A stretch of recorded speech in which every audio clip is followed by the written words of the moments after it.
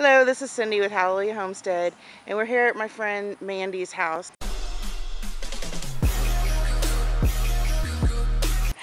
This poor tomato I was going to get rid of and pull up anyway, but it came back and it was doing strong and good. But look at that. This must be Margaret, the tomato eating worm. You named it?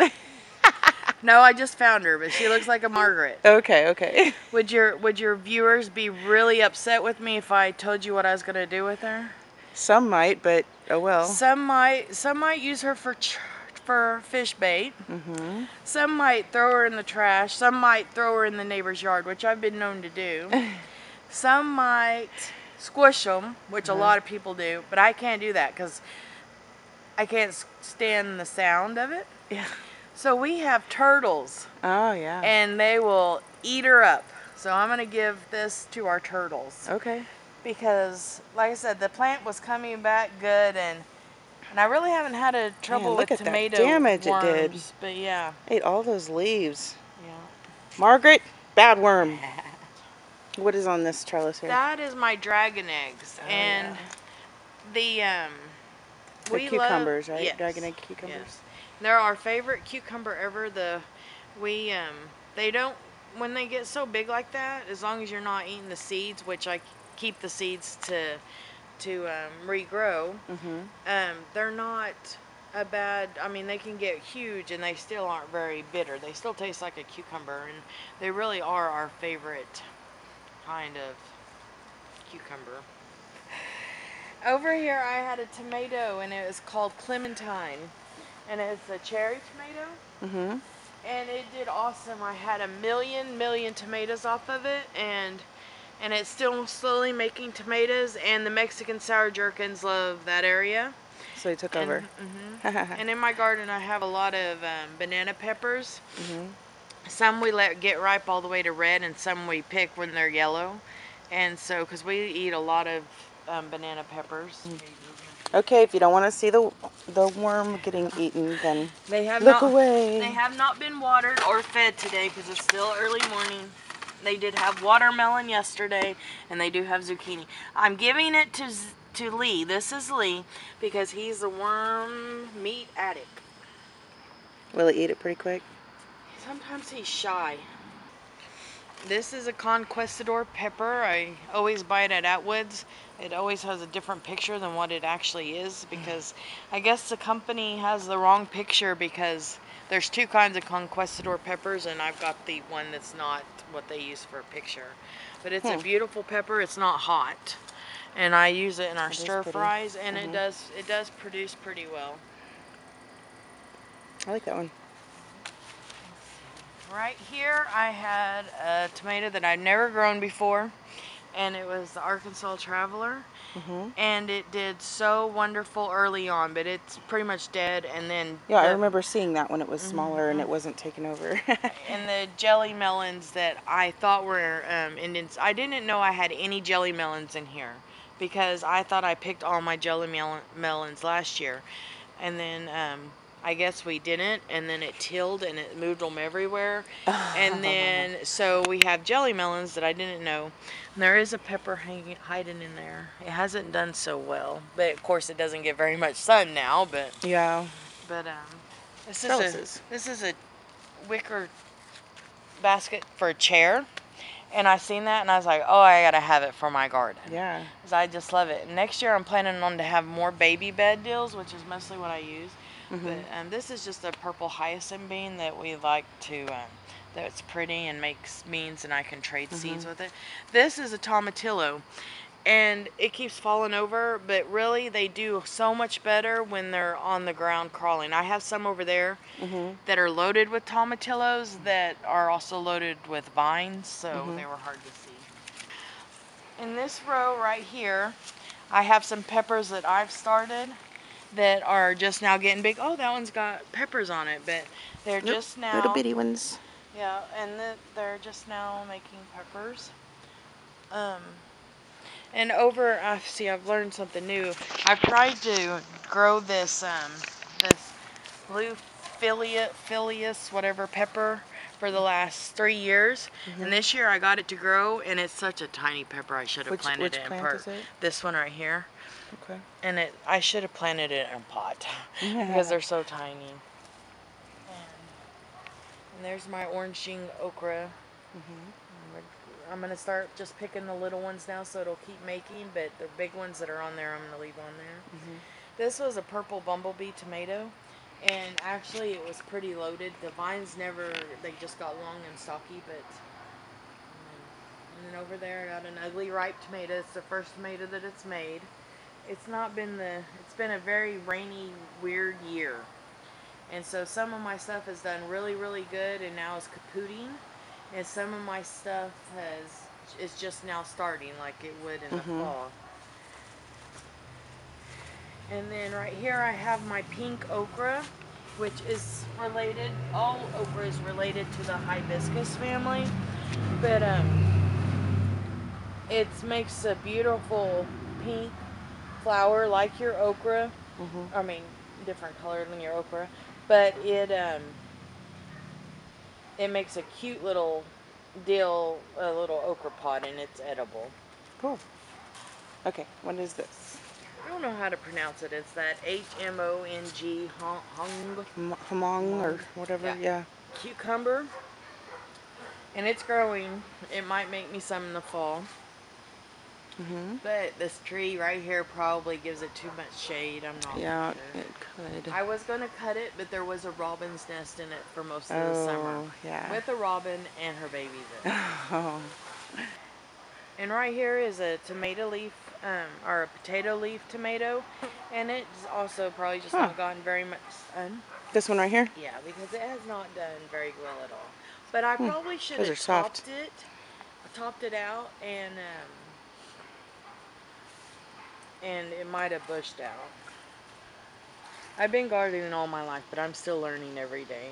And I still make mistake pearl. Those are black pearl peppers, and they're really hot.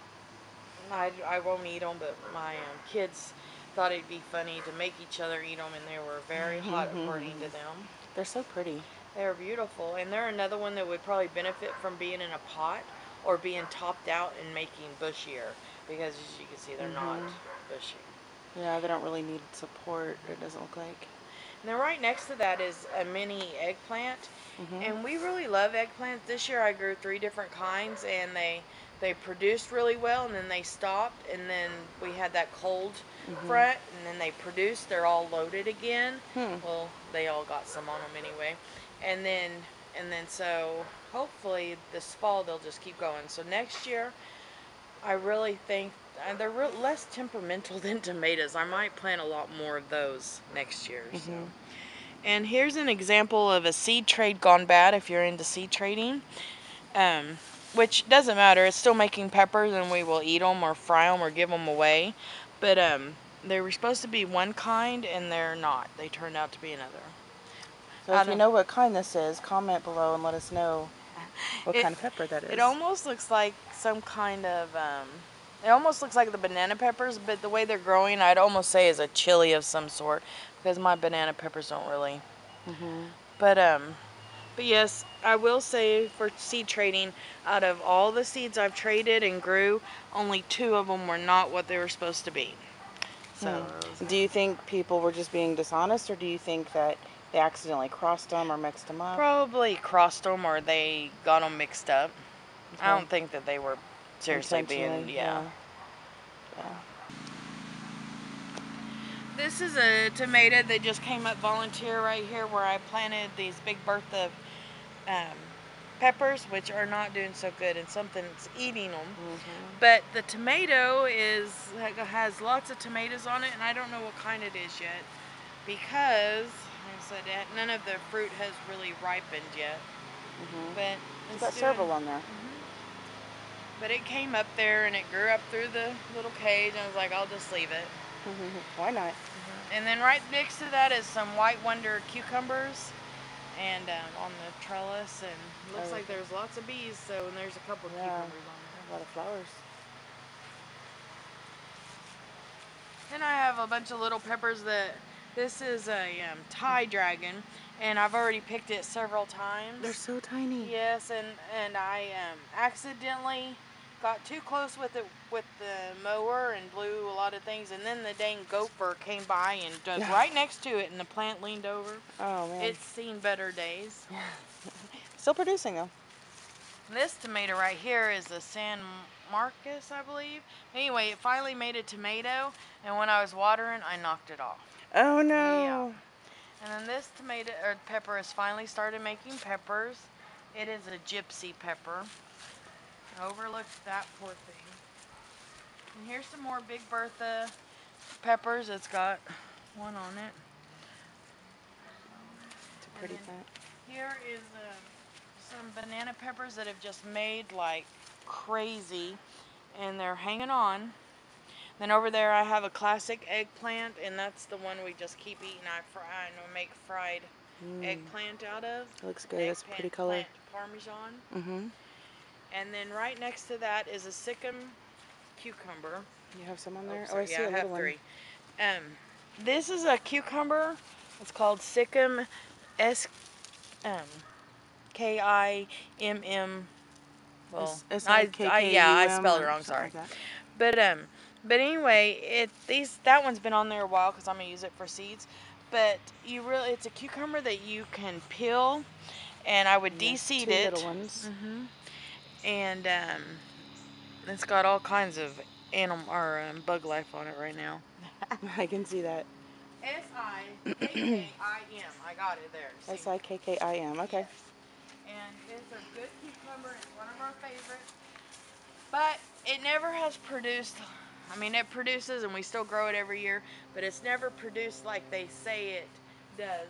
I think it's from like Nepal or India, and it says that they're so abundant some years over there that the people just walk around eating. You know, there's those everywhere. What is this bell pepper here? Do you know the name of that one? Is a golden bell pepper. I love the color. And it's done really good, but it already had some bad spots on it, so I'm just gonna let it turn red and maybe save it for the seeds. And then this is a yellow bell pepper that we saved. They were almost dead, and they were doing so well, and then we had a storm and it knocked them all over, so I threw them up against that. Yes, this is another pepper that I planted. I don't remember the name of it, but it's starting to make peppers. And the little pepper right there. And then what is this right here? This is a cello tomato, and it did really good at the beginning. I didn't realize it's supposed to be so small. And so it did really good and made lots of tomatoes, but now it's dying. That is small. You got a lot of tomatoes off of that? Wow. But the cats have also been laying there, and so it probably did not like that. I just wanted to show the whole garden and point out that this is in town. She doesn't have a very big yard. You can see the neighbors right there. But look at how big the garden is. It takes up almost the whole entire backyard. And honestly, she's producing a lot more food for her family than I do for mine on my 5 acres. So anybody can do this. She does the till method. My son tilled it for her actually. And she does really well. Do you add anything to your soil? No, just like I might sprinkle a bag of potting soil. I mean a garden mix soil or something. Do you ever put fertilizer on it? No Not fertilizer. This year. I might So think about it next year. You must have pretty good soil on its own then. It's her soil's a lot more brown than mine is. I have the red clay, and hers is brown soil that looks a lot softer when it's tilled up than mine does. Anyway, so anybody can do this in their own backyard. You don't have to have a big area. Even if you don't do it this large, you can still produce a good amount of food. So just wanted to show you her garden because I think it's so pretty, and she's got a lot of interesting things here.